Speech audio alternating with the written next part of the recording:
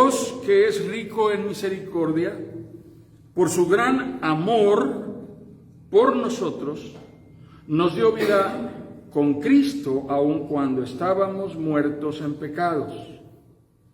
Por gracia ustedes han sido salvados, y en unión con Cristo Jesús, Dios nos resucitó y nos hizo sentar con Él en las regiones celestiales, para mostrar en los tiempos venideros la incomparable riqueza de su gracia, que por su bondad derramó sobre nosotros en Cristo Jesús, porque por gracia ustedes han sido salvados mediante la fe.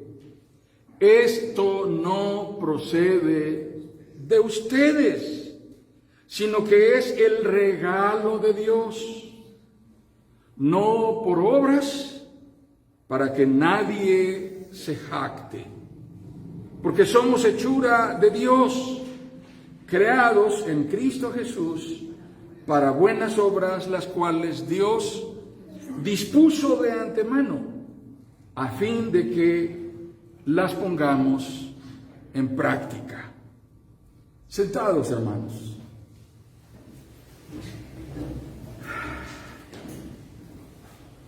¿Creerían ustedes que hay quienes menosprecien la gracia de Dios? ¿Hay acaso quienes patean el pesebre? El pesebre en donde se les ofrece sustento y protección. Pongámoslo en otros términos. ¿Habrán hijos que sean lo suficientemente testarudos e ingratos que menosprecien la oferta que hay de protección, de amparo, de amor providente que les ofrece un hogar y prefieran la calle? ¿Acaso puede pasar eso? El pastor Pablo Tripp, un destacado orador cristiano, un pastor muy reconocido por sus maneras tan sencillas de exponer las verdades de la sana doctrina, dice: nadie celebra más la gracia que ofrece Jesús que aquella persona que sabe qué tan desesperadamente la necesita.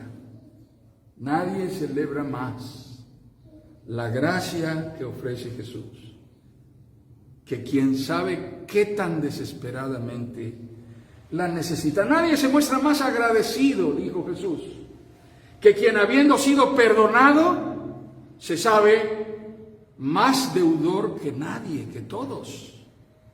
Porque el que más agradece es el que más debía. Quien más debía es quien más agradecido está. Y por el contrario, quien se siente seguro de sus méritos, de su crédito, actúa sin aprecio por la gracia, aún por la gracia de Dios, asumiendo que no la necesita. La Biblia, hermanos amados, es una secuencia de historias de personas en conflicto con la gracia de Dios. Veámoslo desde ese ángulo. Personas que tuvieron que atravesar por procesos sumamente complejos a lo largo de sus vidas para entender lo que la gracia de Dios podía y estaba determinada a hacer por ellos. Personas que no entendieron el significado del poder, el propósito y los alcances de la gracia de Dios, que se caracteriza por ser soberana, eficaz e incondicional. Es decir, ¿cómo puede haber gracia en algo que es soberano y que se impone sobre mi voluntad? ¿No es acaso eso lo que hace un padre que va y trae a su hijo que está en la calle jugando, en donde está en riesgo y en peligro, y por la oreja lo jala hasta la casa para ponerlo bajo resguardo? Ese es un acto de soberanía. ¿Lo llamaríamos autoridad o custodia o cómo lo llamaríamos? Pero lo que el padre está haciendo es tratando de comunicarle al hijo protección, resguardo. Personas que no entendieron el significado, el poder, el propósito, los alcances de la gracia de Dios, que tiene estas tres características. Es soberana. Porque Dios no va a venir a preguntarte tu opinión. ¿Qué te parece? ¿Te gustaría? ¿En qué lado del cielo te querrías acomodar? Mira, está Lomas de San Miguel, el Arcángel. El otro tenemos. ¿Dónde preferirías estar? Sí, o sea, sí, el barrio de San Daniel, sí, el sector popular de San Pablo, ¿no? ¿Qué es la opinión que tú le darías a Dios acerca de cómo aplicar su gracia en tu vida? Pero además es eficaz, no va a fracasar jamás. La gracia de Dios no es un sistema de prueba y ensayo para ver si funciona o no. Nunca va a suceder que Dios diga, ¡ay, con este aquí no pegó el chicle! Es demasiado necio, testarudo, rebelde. Apesta. Que se condene. Ya hice todo lo que pude con él y no lo logré. No, la gracia de Dios es eficaz, hermanos. No falla, no falla. Siempre funciona para lo que Dios la ha determinado. ¿Sí? Y es incondicional. No depende de las condiciones que yo ponga, ni de las condiciones que Dios vea en mí. Voy a elegir a este porque este parece que sí va a ser un buen creyente. Eso hacemos nosotros. Eso hacemos nosotros. Vemos que alguien se acerca a la iglesia y lo observamos y decimos, a mí se me hace que este sí va a ser un buen hermano. Este domingo próximo sí lo voy a saludar porque me late que tiene facha de ser buena gente, buen cristiano. Al otro que ya tiene meses que yo, ese, no sé, me da mal la espina. Nuestro aprecio es condicionado todo el tiempo. Es condicionado. Pero Dios obra con su gracia de manera incondicional. Sí, ¿registraron estas tres características? Dije que la gracia de Dios actúa por encima de nosotros. Es eficaz. Donde Dios pone el ojo, pone la bala. Y es incondicional. Incondicional quiere decir que no importan las condiciones en que te encuentre, Dios irá por ti y te hará venir a Él. El Señor le dijo a Saulo, dura cosa te es patear el aguijón. Para quien no tiene una relación con el campo, yo crecí en la ciudad, fui un niño de la ciudad, habitualmente nunca estuve en un rancho. La idea del aguijón no tiene sentido para mí, pero para quien creció en el campo, en una granja, en una hacienda, sabe que las yuntas jalan el arado y que a veces el buey se hace lento y se hace disparejo en su marcha y hay que estimularlo, motivarlo para que empareje el paso. La manera de motivar al buey, y no estoy ofendiendo a nadie, no lo tomen a mal, digo buey en su significado literal, la bestia que jala la yunta. La manera de motivarlo es usando una punta filosa que al principio lastima al animal, pero que a medida que el animal entiende de qué se trata, ya ni siquiera es necesario hacer uso de la fuerza. Basta con que se le acerque tantito Y el animal entiende que tiene que acelerar el paso. Y el Señor le dice a Saulo en el camino, entrando a la ciudad de Damasco, oye, ¿por qué pateas el aguijón? Te vas a lastimar. El buey que patea el aguijón termina sangrando. ¿No es cierto? Esto es lo que Dios le está diciendo. El Señor enfrenta a Saulo allí y le dice, oye, ¿por qué los persigues a ellos? Ellos vienen conmigo porque yo los traje. Yo soy Jesús a quien tú persigues. Lo que quieras con ellos, trátalo conmigo. El asunto no es con ellos, el asunto es conmigo. ¿Quién eres, Señor? Le dice Saulo a Jesús. Yo soy Jesús a quien tú persigues. Pero la más influyente causa de que alguien viva sin mostrar el más mínimo interés de agradar a Dios es porque no se siente en ninguna manera deudor o en obligación para con Dios. ¿Sí me explico? ¿Han oído ustedes hablar de la historia del novio mamarracho al que la niña le dice, oye, es que vas a venir a mi casa el sábado porque mi papá te quiere conocer?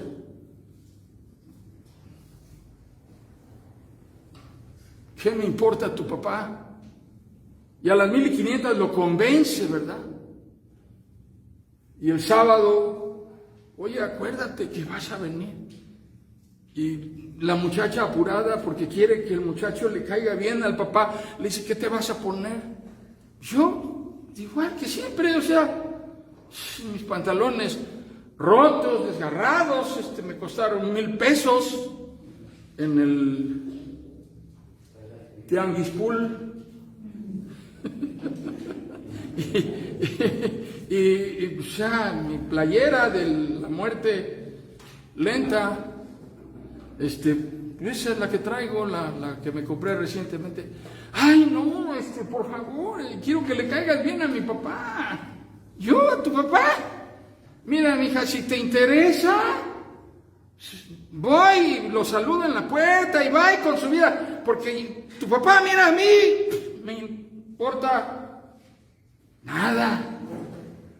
Que no tiene ningún interés en agradarle a Dios, ni le importa vivir de una manera que Dios apruebe, ni quiere congraciarse con Dios, pues es la persona más distante, más lejana, más apartada, y vive bajo la dominante idea de que no le debe nada a Dios. No tengo ningún compromiso con Él. No hay nada que yo tenga que hacer para mostrarle gratitud. No he recibido nada de Él.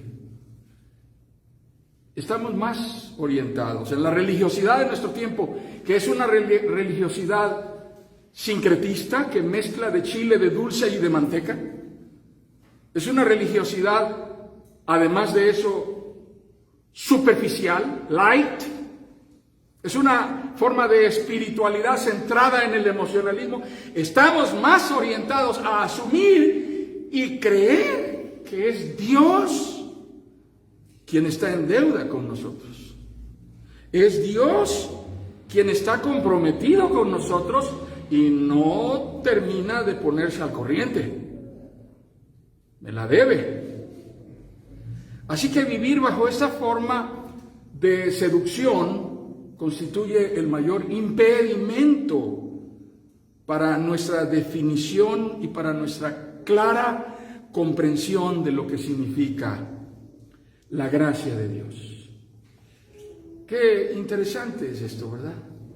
Una palabra tan simple, de donde vienen conceptos tan comunes, tan cotidianos, pero no tiene más significado que la manera que Dios estableció para que pudiéramos acercarnos eficazmente a Él y sin que dependa de nosotros, porque Él ha hecho lo necesario. ¿Cuál creen ustedes que sea el evangelio que Jesús predicó? Me pregunto esto porque ¿qué es el evangelio que encontramos en la Biblia? ¿Qué es el evangelio que los apóstoles predicaron? ¿Qué es el evangelio que la iglesia del primer siglo testificó? En el tiempo en que nuestro Señor Jesucristo vino, habían transcurrido alrededor de 400 años o quizá más, en que no se había escuchado la voz de un profeta. Así que la percepción generalizada en el pensamiento y en la religiosidad del pueblo es que Dios se había olvidado de ellos y que solamente estaban esperanzados por la expectación del Mesías que vendría. Y dadas las circunstancias sociopolíticas, ellos entendían que ese Mesías sería un guerrero, combatiente, poderoso, que vendría a arrebatar el poder de los opresores para liberar a la nación de Israel. ¿Tenía sentido lo que pensaban? Dadas las conclusiones a las que llegaron por los datos que ellos tenían y hasta donde les alcanzaba su pensamiento. Así que esto era lo que ellos esperaban, pero no fue eso lo que llegó. El evangelio predicado por nuestro Señor Jesucristo tenía un énfasis de reinado, tenía un énfasis de poder y de autoridad. Esto fue lo que nuestro Señor Jesucristo dio a conocer en la extraordinaria noticia del evangelio que decía que Dios había determinado a acercarse a los hombres. El tiempo se ha cumplido. El reino de Dios se ha acercado. Arrepentíos y creed en el evangelio. Esto es la gracia. Dios tomó la determinación de venir al encuentro del hombre perdido y ofrecerle la oportunidad del arrepentimiento para salvación. Ahora consideremos entonces, ¿cuál será el evangelio más fácil de aceptar? No quisiera que pensáramos en eso, porque en eso está pensando mucha gente. ¿Cuál será el evangelio más fácil de creer? ¿Y cuál es el evangelio distinto a eso que Dios determinó para satisfacer su justicia divina y responder a la condición maldita del hombre completamente separado de su presencia? Así que el dilema no está en cuál es el evangelio que al mundo le gustaría oír, sino cuál es el evangelio que Dios determinó proclamar al mundo para su salvación. ¿Debería ser un evangelio a la medida de Dios? ¿O acaso debiera ser un evangelio conforme al hombre? ¿Debiera ser un evangelio conforme a la naturaleza y carácter de Dios? ¿O debería ser un evangelio a la medida, la expectativa, la disposición, las metas, los anhelos del hombre? ¿Quién es el creador y quién es la criatura? ¿Quién es el eterno y quién es mortal? ¿Quién es el principio y el fin? ¿Y quién es la criatura finita? ¿Quién tiene la potestad de determinar la vida y de quitarla? Ese es el autor del evangelio. Ese es el Dios de la gracia. El Dios de la gracia. Entendamos que el evangelio que salva no puede ser en ninguna manera, ni es uno construido sobre la arrogante doctrina de la suficiencia humana, centrado en el hombre, en donde el hombre es quien elige a Dios y lo favorece con su generosa respuesta de fe. El verdadero evangelio de la salvación no está basado en la habilidad del hombre.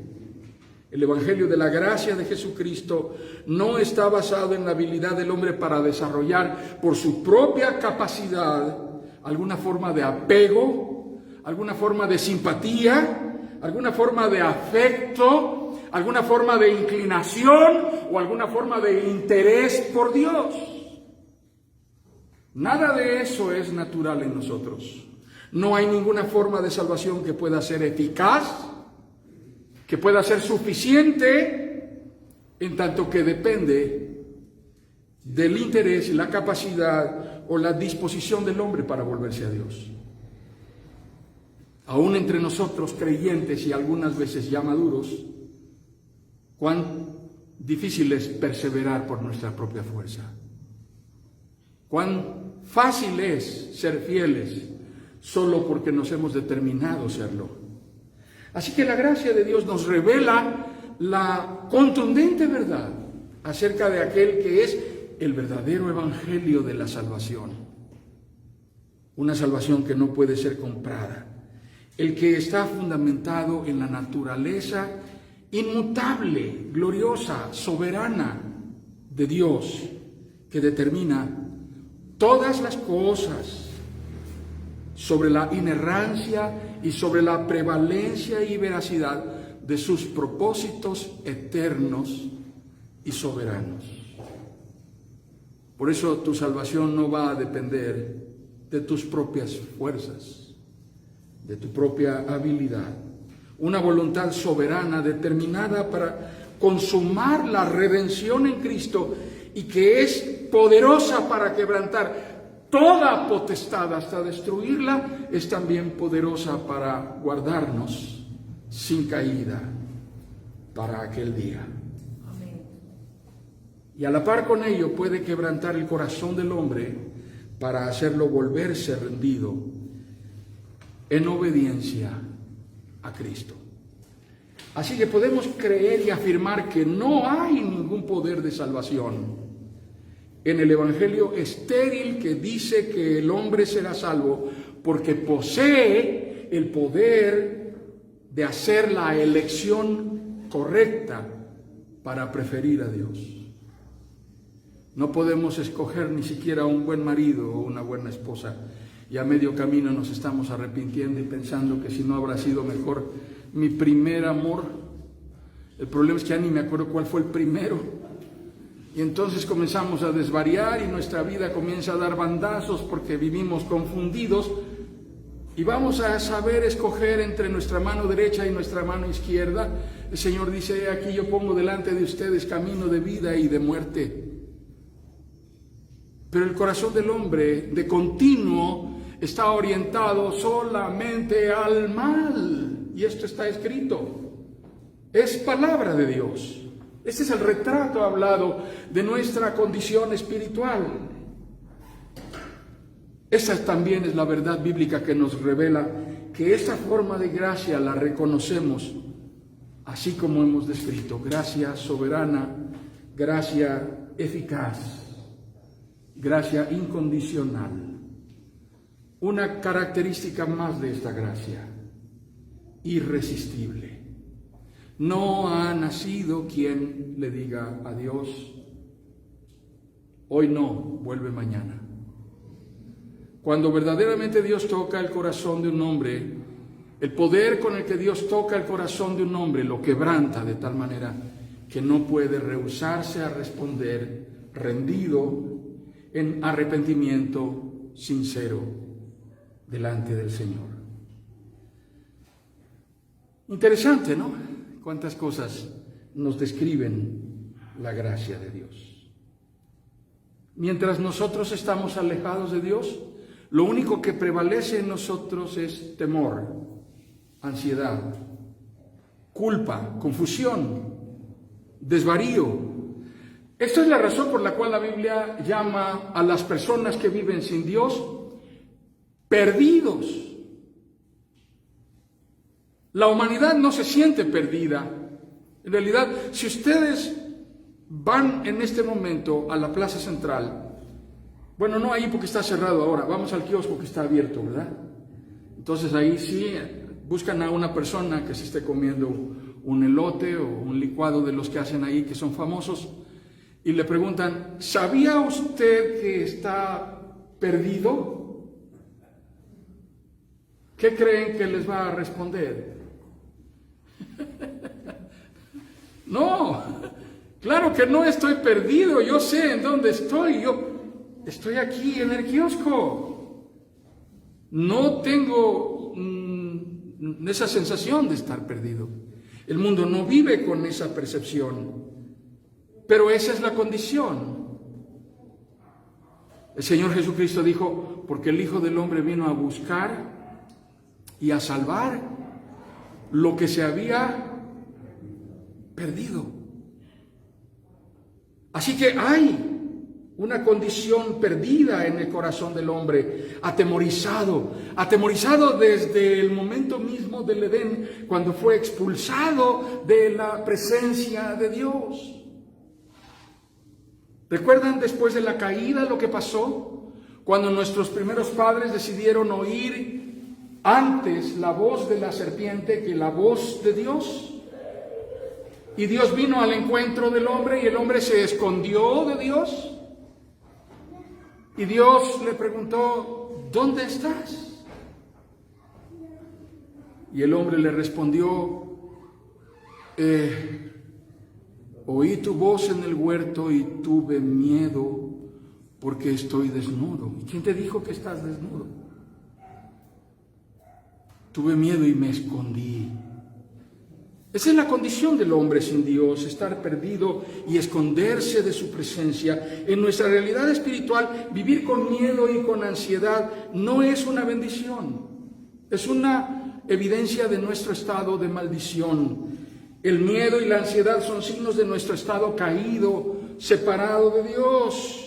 Son la forma en que nuestro yo interior reacciona ante lo adverso, ante lo inesperado, lo desconocido, sin importar las causas, no importa si son internas o externas, que nos atemorizan. Pero es absolutamente comprensible que todo nos dé miedo y todo provoque en nosotros incertidumbre y ansiedad. Se debe a que reaccionamos con angustia de nuestra fuente natural de condición espiritual.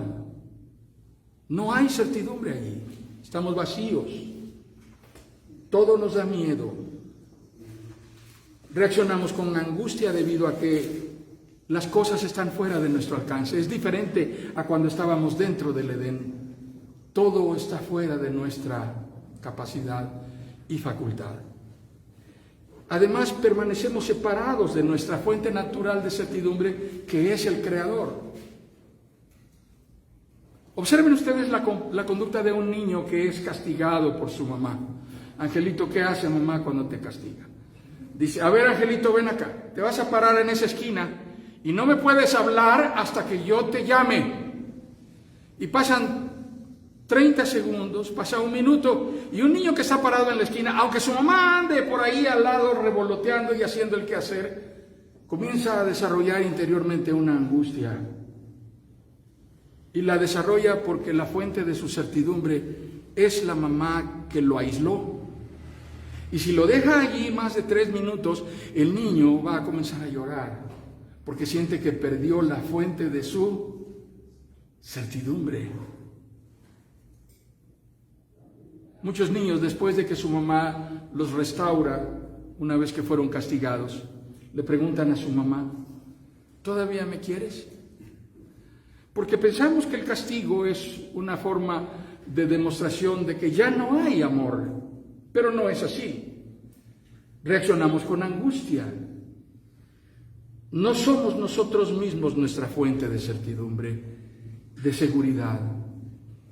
Si escuchas eso del humanismo que nos rodea hoy día, si escuchas este mensaje del humanismo alrededor de nosotros diciéndote, cree en ti mismo, ese es un mensaje ateo de relativismo que centra al hombre como la única fuente de su propia certidumbre y seguridad. Tú eres el eje de tu vida, decrétalo y se va a hacer como tú lo digas. Pero realmente las cosas no pasan así en la realidad. Estos valores pertenecen a una doctrina extraña, completamente adversa y contraria al cristianismo, al evangelio de la gracia de la salvación. Nosotros estaríamos en esa condición reviviendo la escena del Edén, dándole la espalda a Dios y volviéndonos hacia nosotros mismos como si nosotros mismos pudiéramos fabricarnos un sistema de certidumbres para poder enfrentar la vida. Pero el temor que nace del pecado es la constante evidencia de nuestra ruptura con Dios, de nuestro estado de maldición y de total pérdida. La palabra de Dios dice: ahora bien, ten en cuenta que en los últimos días vendrán tiempos difíciles. La gente estará llena de egoísmo y avaricia, serán jactanciosos, arrogantes, blasfemos, desobedientes a los padres, ingratos, impíos, insensibles, implacables, calumniadores, libertinos, despiadados, enemigos de todo lo bueno, traicioneros, impetuosos, vanidosos y más amigos del placer que de Dios. ¿Está hablando del siglo XXI o está hablando del siglo I? Está hablando del corazón del hombre que ha prevalecido en esa condición hasta nuestros días. Leí 2 Timoteo capítulo 3. Vivir con miedo y ansiedad no es una bendición, no es el plan de Dios. Mientras permanecemos así, no somos más que un engendro del pecado y de la esclavitud de la maldad. En realidad, lo único que puede hacernos creer y autoconvencernos de que vamos a salir de allí es una actitud interior arrogante, sobrada, ególatra, que no viene de Dios, pero que tiene la fuerza para gritar: déjenme morir, así soy feliz, no los necesito, no quiero a nadie metiéndose en mi vida, no quiero a Dios. Hay quien dice eso a los 12 años, a los 14, a los 18, a los 38, a los 68. Pero de todas maneras, quien sea, a la edad que sea, no encuentra certidumbre en sí mismo, porque la fuente de toda certidumbre radica en un Dios de gracia, misericordia y bondad. Así que esto es lo que podemos creer. Nuestra debilidad y nuestro fracaso son el terreno del poder y la gloria del Dios soberano de la Biblia. Cuando todo está perdido, hermanos, es el tiempo de Dios para la redención y exaltación de su magnífica gracia. Cuando nosotros creemos que todo está perdido, es el tiempo de la gracia sobreabundante de Dios mostrándose en nosotros.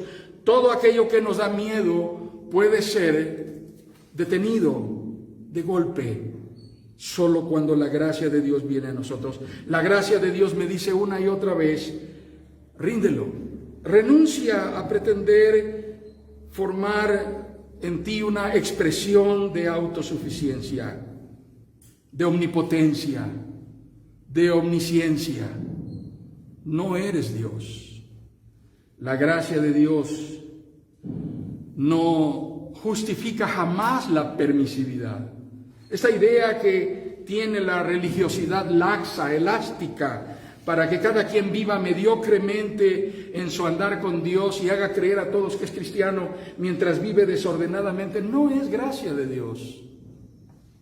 Es miseria humana, disfrazada de corderos. De manera que la gracia no es permiso para pecar, ni significa manga ancha para vivir liviana o desordenadamente. Quien hace esto no tiene ni la menor idea de lo que significa la gracia aplicada para nuestra santificación.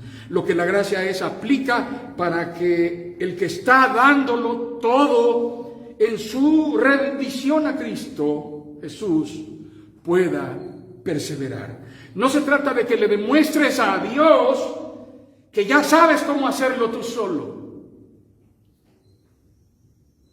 Olivia y yo, y nuestra nieta apenas está comenzando a caminar y ya quiere correr. Y su papá y su mamá la cargan y ella quiere que la bajen al suelo. Y cuando la bajan al suelo, ni bien le ponen los dos piecitos en el suelo y ya está por allá, va corriendo, se cae y se levanta. Muy resistente, nos sorprende. Cuán poquito llora cuando se cae, casi nunca lo hace. Nosotros somos como los bebés que apenas están comenzando a caminar, ya quieren correr. Y mucho del cristianismo de nuestro tiempo es esa manera de exhibirle a Dios: mira, ya puedo solo. Ya tengo unción, ya tengo poder. Soy espiritualmente superior. En aquella iglesia están vacíos, fríos, no tienen el Espíritu Santo.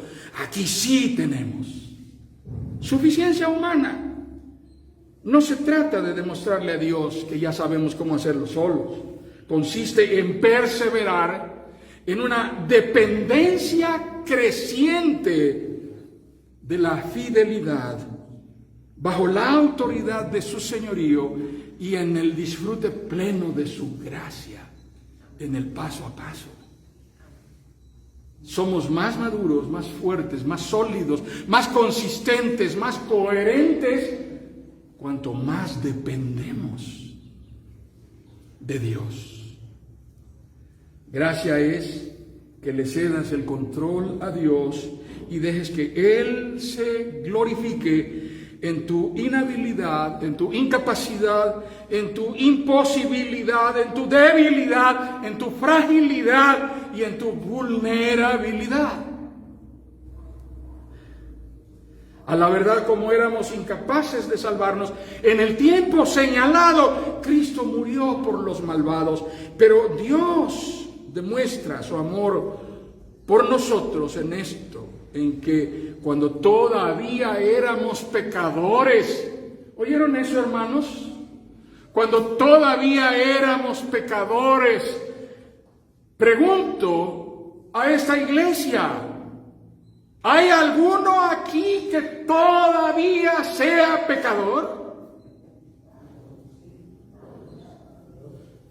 Si alguien levanta la mano, en serio, hermanos, si alguno de ustedes dice que todavía es pecador, me sumo a él. El apóstol Pablo dijo: palabra fiel y digna de ser recibida por todos, que Cristo Jesús vino al mundo a morir por los pecadores, de los cuales yo soy el primero. Cuando todavía éramos pecadores, Cristo murió por nosotros, y ahora que hemos sido justificados por su sangre, ¿creen eso? Ahora que hemos sido justificados por su sangre, atentos, hermanos, no dice ahora que hemos dejado de ser pecadores, dice ahora que hemos sido justificados por su sangre, con cuánta más razón por medio de él seremos salvados del castigo de Dios. Gracia con la que Dios ha tratado con cada uno de los elegidos, que han sido también llamados, regenerados, plenamente justificados en Cristo Jesús, no funciona solo para dar el primer paso de fe y comenzar a caminar con Cristo. Funciona para nuestro diario andar. Funciona para perseverar en Él hasta que aquel